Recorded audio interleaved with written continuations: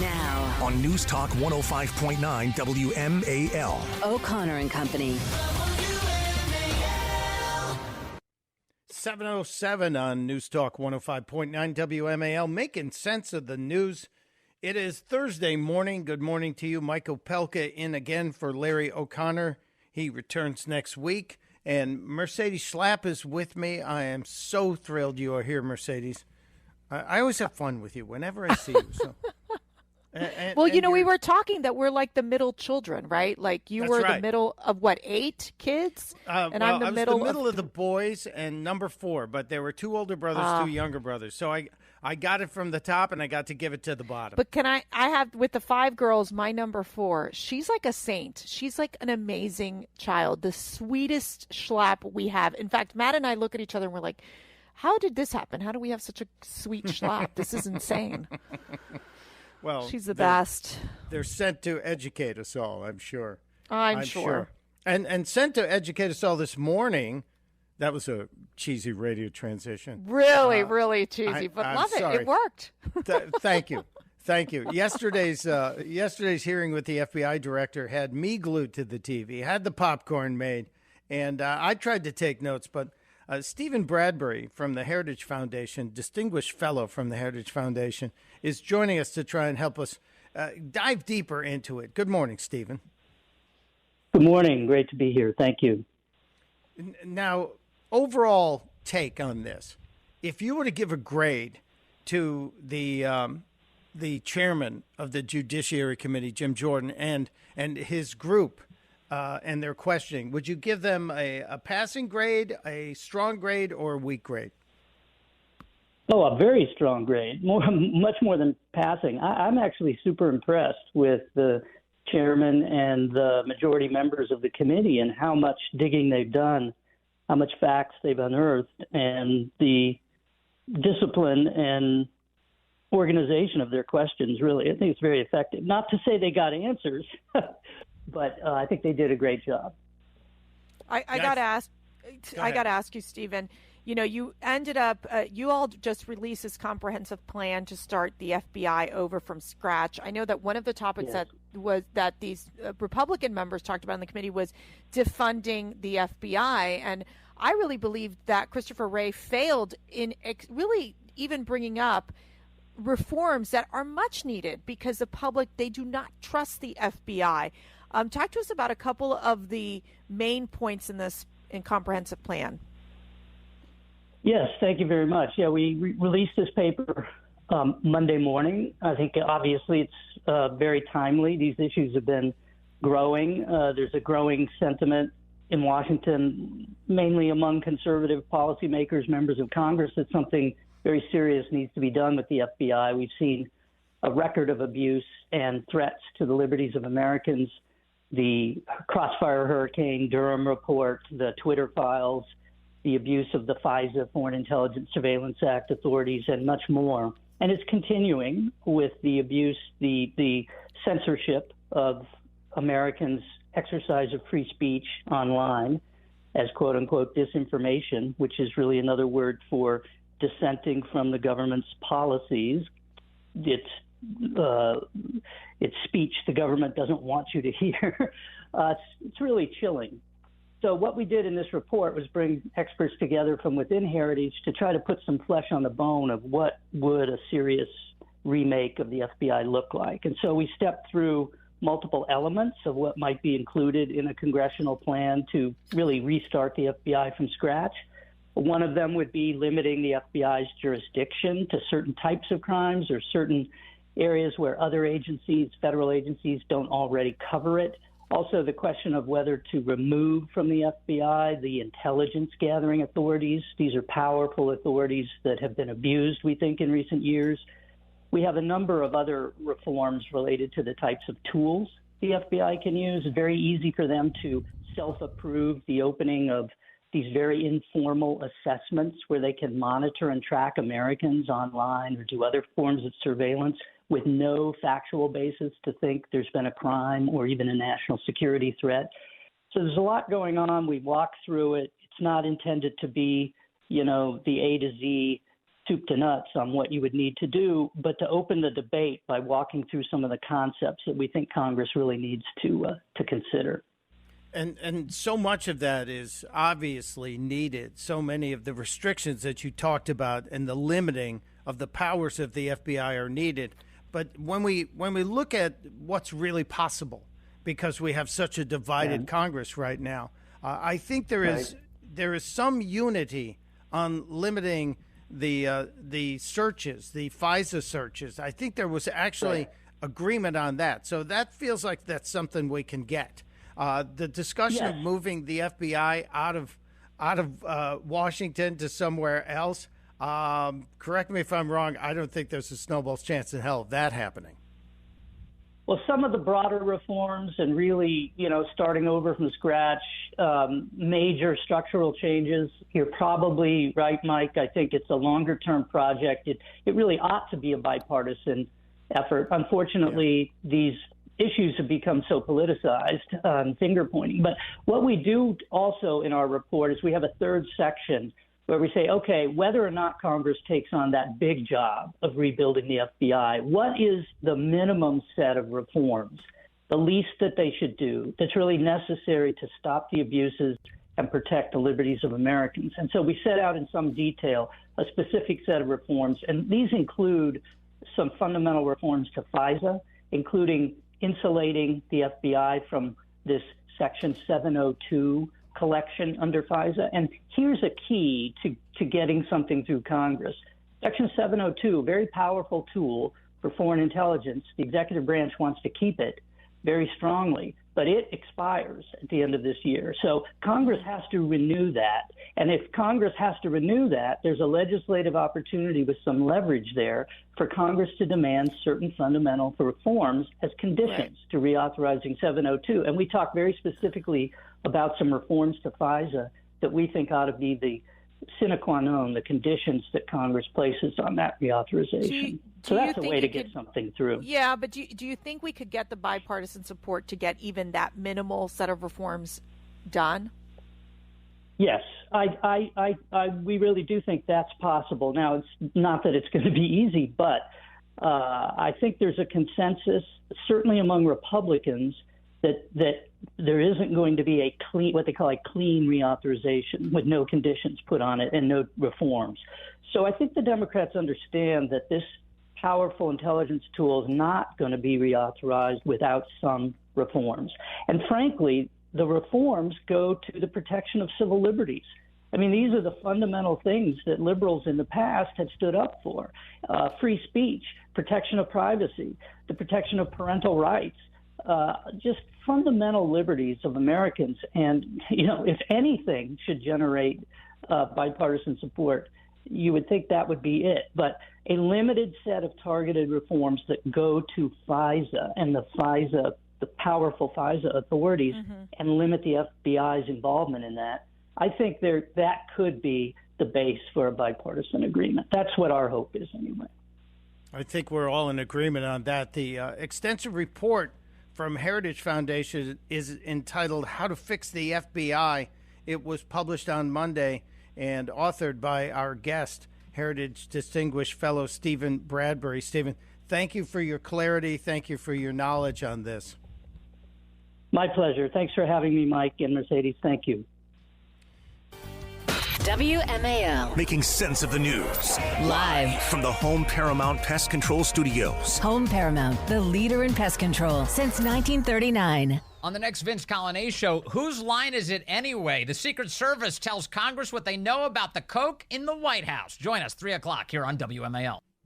I had to wait for the Weema Whips to come in first before I jumped in there. Best song ever. Best song ever. The Weema Whips. I will debate that later. Yes. It's fun, though. It is 7:17 on O'Connor and Company. Larry's not here. Mike Opelka in for Larry. Mercedes Schlapp here. And this is the first time for me. I am a Critter News virgin, so I'm very excited. It's one of the best segments. I know it is. And I'm very excited that I have the opportunity to be here for a Critter News segment. We were talking about this in the pre-show prep. We're doing all this very important preparation. And Heather says, have you heard about the Toronto Zoo And I'm immediately piqued in my curiosity because Canada seems to be coming up with some of the most bizarre and unusual decisions everywhere in Canada. And apparently the zoo is upset because gorillas are getting upset because visitors are showing them cell phone videos. I can't believe this. Yes, the Toronto Zoo urging visitors, it's beyond silly, to please stop showing gorillas cell phone videos as some of the unmoderated content could be, quote, upsetting, close quote, and even addicting to the primates. What are they going to Pornhub on their cell phones and show them to the gorillas? And I think we agree with one of the supervisors there, the behavioral husbandry supervisor, Holly Ross, who said... That's your next job, Mike. That's your next job, behavioral husbandry supervisor. I thought I was a husband supervisor, or my wife is a husband supervisor. Holly just wants the gorillas to be able to be gorillas. So that's why you have captured them and put them... It's like, let Trump be Trump, let gorillas be gorillas. I mean, that's the line. But the last time I checked, in all of my reading, gorillas were not native to Toronto. Oh, good point. That is a good point.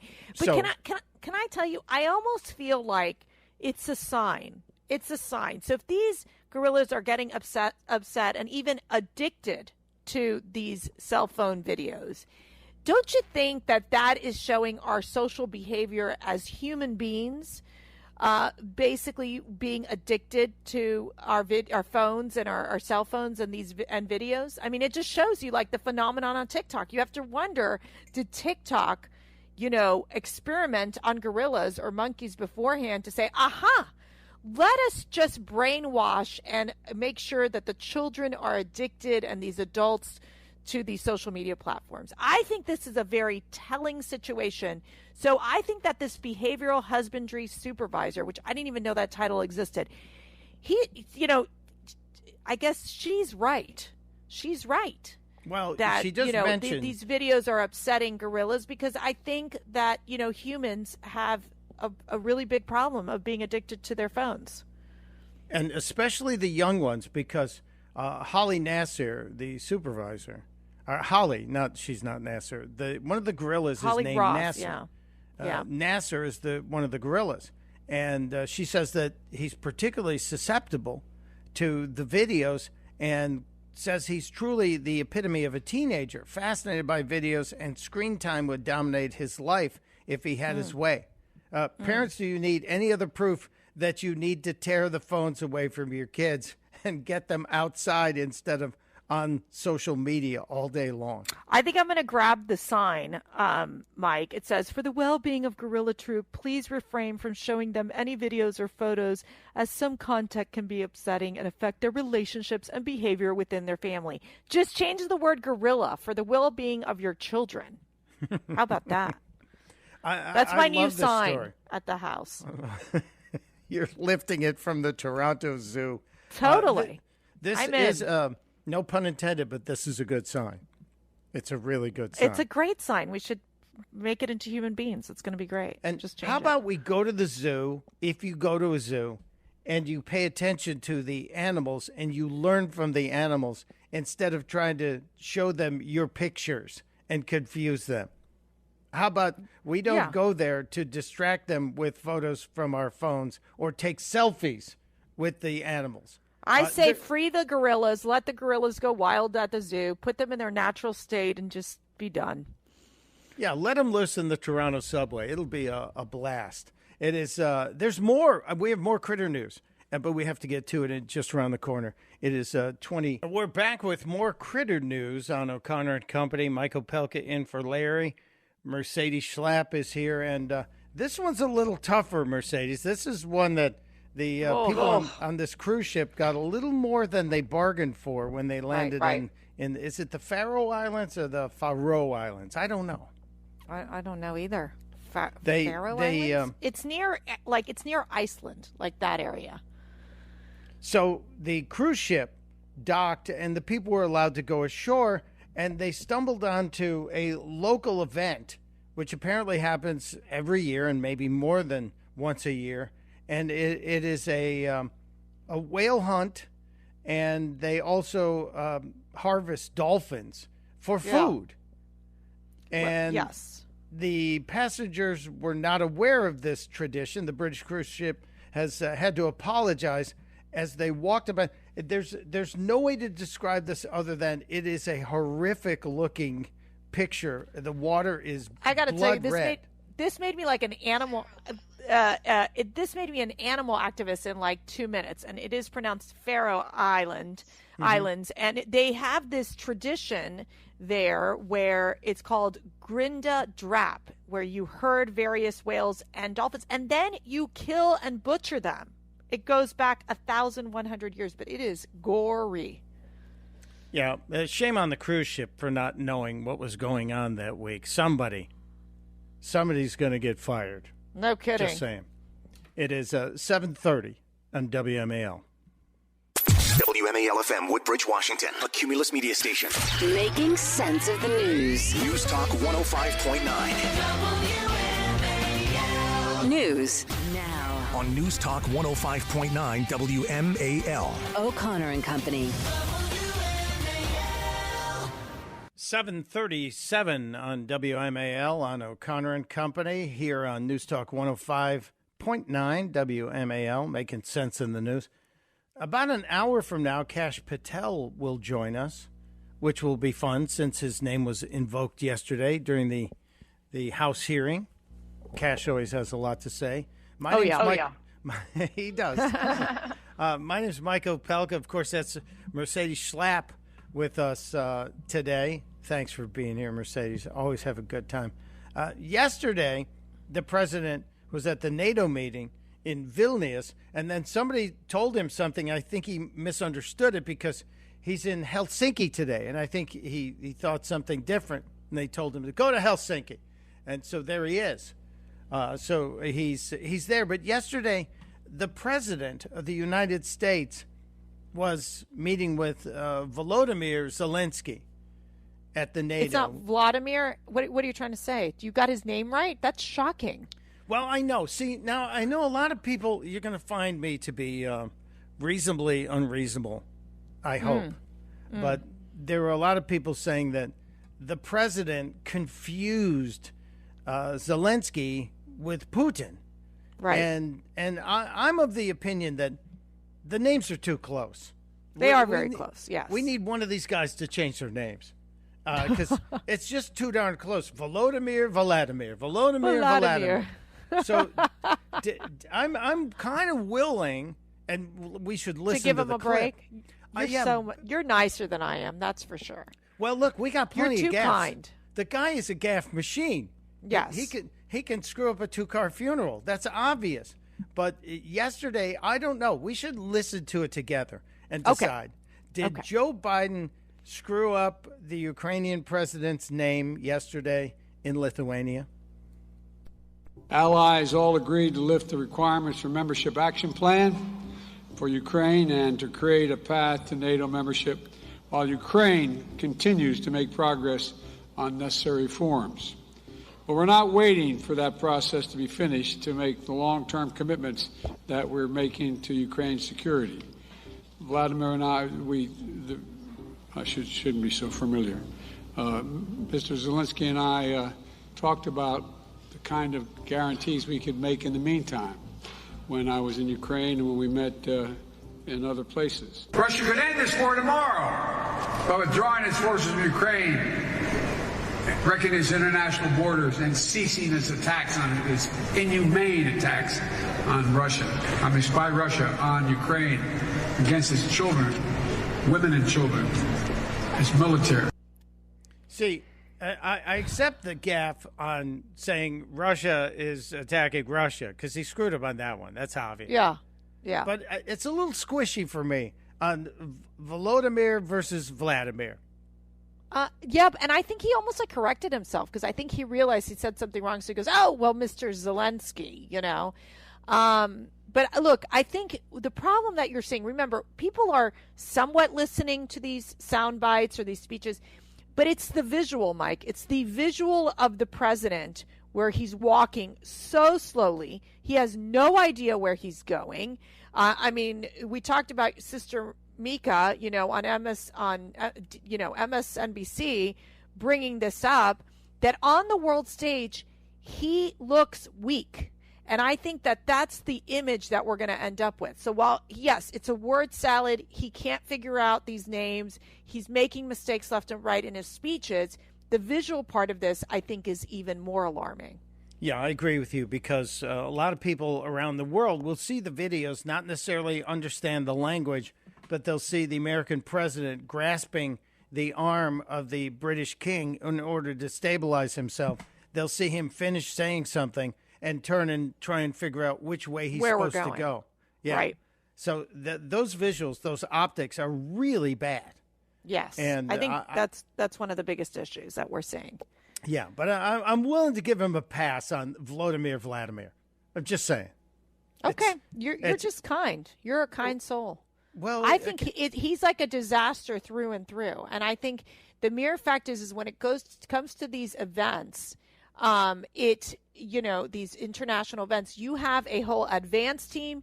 You are briefed significantly on what's the protocol. And I just think that Biden, he just can't remember. And I do think you look at the fact that even most Democrats and independents, the reason they're most concerned about Joe Biden seeking re-election is his age and obviously his mental fitness. These are significant problems. Yeah, and now we have backup from Sister Mary Mika Brzezinski, who agrees and says that the age is an issue. The optics of the age are going to be an issue. And so all I can say to Mika is we can only hope, because we are going to rerun all those clips all the way up to the election if he gets that far. I'm still betting it's not going to be Joe. That's still my really? So it has to be Kamala, because they won't move Kamala. I mean, there's no way to move Kamala from that role. I don't know. Depends on whose fingerprints are on the baggie. It's getting too late. It's getting too late for anyone to jump in. I'm just telling you. Fingerprints on the baggie wouldn't do it for you? Unless you're going to put it on Kamala. I mean, she does seem sometimes. I've never seen. Look, I'm going to tell you something, Mike. Being the vice president, not a hard job. You literally just have to read off the teleprompter, read a couple of talking points, and then you go out there and you represent the president, and you make it work. She cannot talk about not put a sentence together. She makes no sense. I'm always trying to figure out if she's trying to recite a poem between her, talk about gaffes. I mean, she really has no concept of explaining any sort of complicated issue. Well, we will share an explanation of Kamala's when we get back. And right now we have to break. It's 7:43 on WMAL. It's 7:48 on WMAL. O'Connor and Company. Michael Pelka sitting in for Larry O'Connor. Mercedes Schlapp here. We were having fun with gaffes earlier with Joe Biden, and then we pivoted over to Kamala Harris, the vice president. And Mercedes was saying that the image around the world is what's being mocked here. And people are looking at us and looking at our president and vice president and just saying, what the heck are you doing? Why is this happening? In fact, there's an Australian news anchor who does a takedown of Joe Biden or Kamala virtually every single week. And her introduction is just epic. The cackling nincompoop who is a heartbeat away from the presidency, the comprehensively incapable Kamala Harris. Is it harsh? Oh, I love it. Is it I want to be her best friend. No, not at all. Look, I think what's been so frustrating with Kamala is that when she was a senator and, she was taking on Brett Kavanaugh during those hearings, there was an interest in the fact that she could be this kind of strong debater. And that has fallen flat, Mike. I mean, she barely can and we talked about this, she has such a hard time explaining just basic concepts. And I'm going to let you lead the way to what happened just in the last few days with Kamala. Yeah. She wanted to tell us about AI. And this is the statement that made me stop and just jaw-droppingly shake my head and say, what? And I think the first part of this issue that should be articulated is AI is kind of a fancy thing. It's, first of all, it's 2 letters. It means artificial intelligence. But ultimately what it is it's about machine learning. And so the machine is taught. And part of the issue here is what information is going into the machine that will then determine, and we can predict then, if we think about what information is going in, what then will be produced in terms of decisions and opinions that may be made through that process. Ms. Harris, will this be on the test? Is it the machine learning or the machine being taught? I can't quite figure that out. Like, what is she talking about? I mean, first of all, she shouldn't be giving explanations or definitions of like artificial intelligence. She should be saying the government is going to be involved in more research on AI so they don't take over all of the human race. I don't know. Something a little more just like how we bring in the government to deal with certain problems.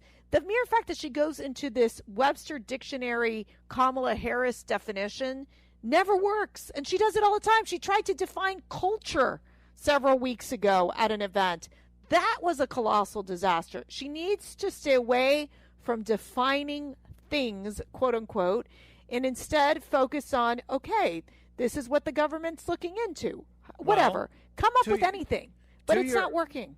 To your argument there, Mercedes, we can go back to Cut 31 when Kamala was trying to explain what's happening between Russia and Ukraine. So Ukraine is a country in Europe. It exists next to another country called Russia. Russia is a bigger country. Russia is a powerful country. Russia decided to invade a smaller country called Ukraine. So basically that's wrong. I'm hoping there will be a Muppet created.